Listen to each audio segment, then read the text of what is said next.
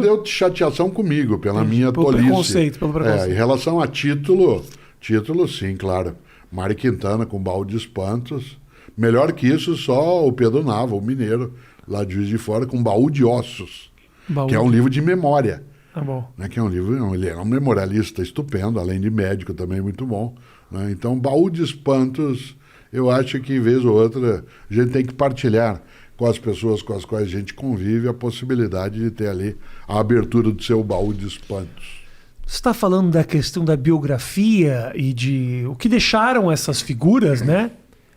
Você pensa, Cortella, no possível legado que você deixa? Claro, no outro dia me perguntava numa conversa, né, se eu projetei, né, na minha carreira, no sentido de ser alguém que entrou para a docência, foi para a filosofia e que um dia eu imaginaria que poderia até me tornar pop.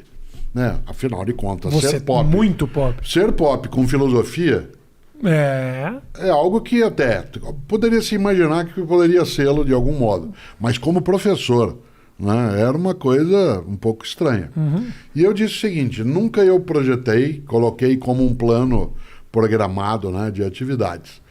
O que eu fiz foi colocar para mim um princípio, de que eu deveria ser o melhor naquilo que eu fizesse. Não melhor do que você, Entendi. mas o meu melhor. Entendi. Isto é, o melhor Cortella na docência, na família, teria que vir à tona. Nesse sentido, né, quando se imagina que eu queira deixar um legado, eu gosto. Eu tenho um livro que eu aprecio muito, com um título, esse eu gostei, né, do título que eu mesmo dei, que é Viver em Paz para Morrer em Paz. Muito melhor que Baú de Ossos. Não, Muito melhor. Vou te dar esse. Melhor é Paulo Bonfim, que tem um livro chamado Colecionador de Minutos.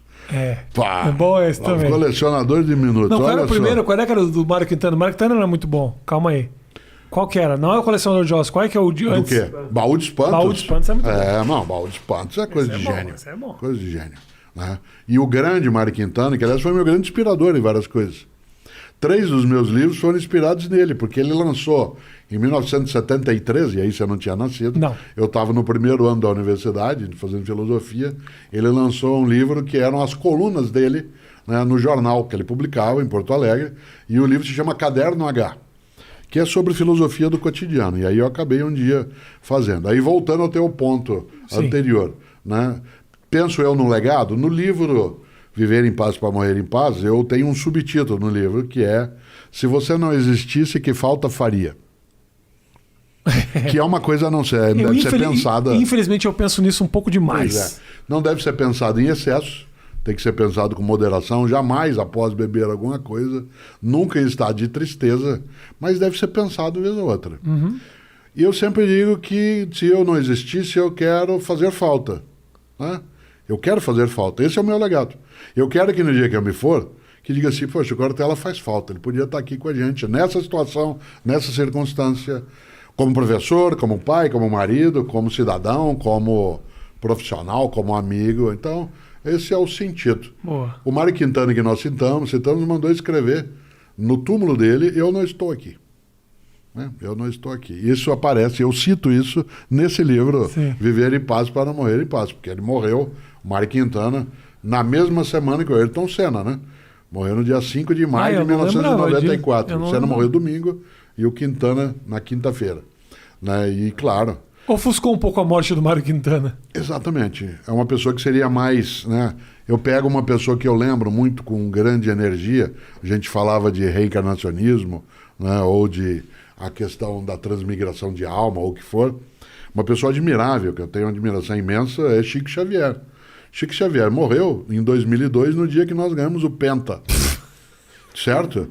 E eu sempre digo que talvez ele tenha não escolhido fazê-lo, mas ele não criou obstáculo a que assim fosse, internamente, naquilo que é a agonia, né, a luta para continuar vivo, porque uma pessoa tão discreta na existência dele, tão suave, né, naquilo que ele fez, que seria até imaginável que ele não fosse tão bem lembrado como ele deveria ser. Sim. Né, eu não sou, como disse, reencarnacionista, mas tenho uma admiração imensa, né, pelo Chico Xavier.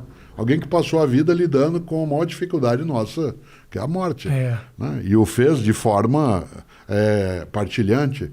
Por isso, ter morrido no dia, né, da nossa conquista do Penta, é de fato ganhar, né, a possibilidade de fazer falta. Chico Xavier faz falta, Mário Quintana faz falta.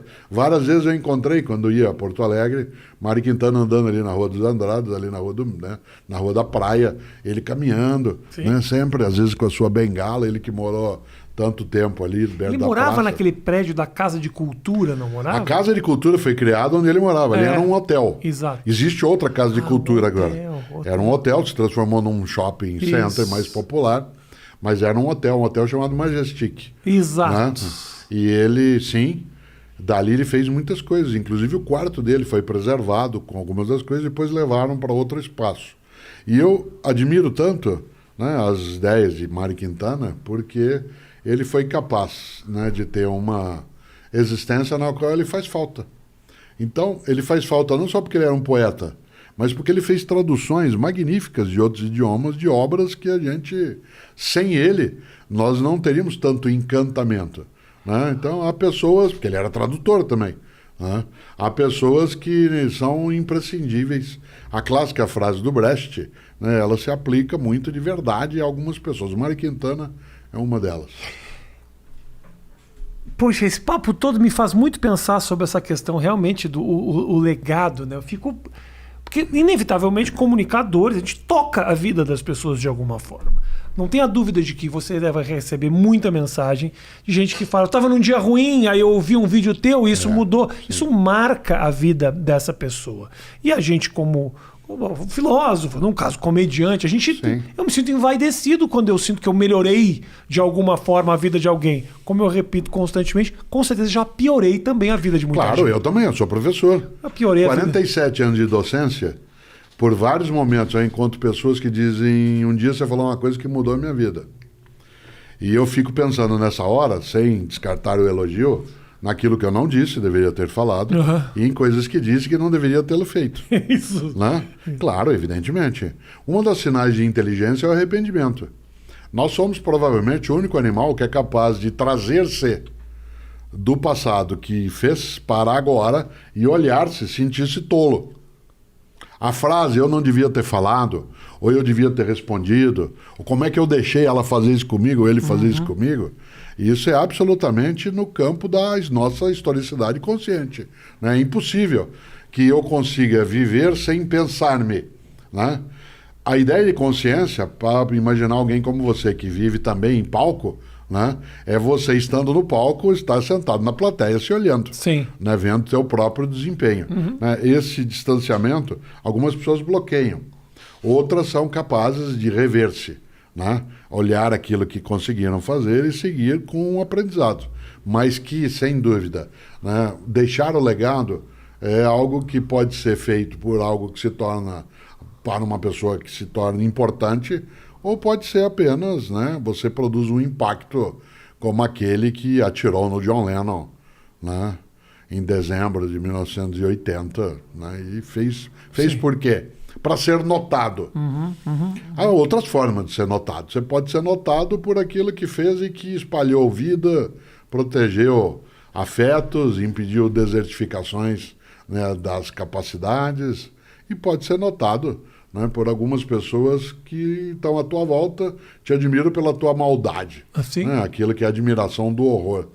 Eu tenho, dentro da tua atividade, tua profissão, tem pessoas que estão na minha memória que são inesquecíveis. Eu, aos 10 anos de idade, eu assisti a uma apresentação, não existia o termo ainda stand-up, você não tinha ajudado a inventar essa ideia Quem no Brasil. Dera no Brasil. Tivesse né?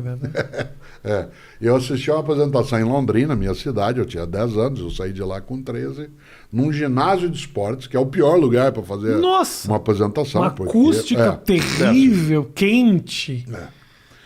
Do José Vasconcelos. Sim. Eu tinha 10 anos. José Vasconcelos é considerado por nós, comediantes, como a primeira semente de stand-up comedy.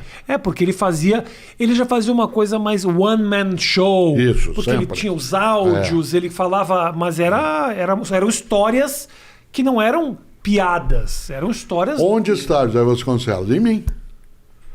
O menino de 10 anos de idade, que agora tem 67, carrega José Vasconcelos desde aquela época. O número de vezes que eu me encantei com duas coisas, Primeiro, as risadas que dei por algumas imitações dele. Segundo, a admiração de ver alguém que dentro de um espaço que não era assim tão favorável, né, a uma apresentação, conseguiu levar adiante, conseguiu modular a voz. Fiquei prestando atenção em como é que ele fazia para não dar eco.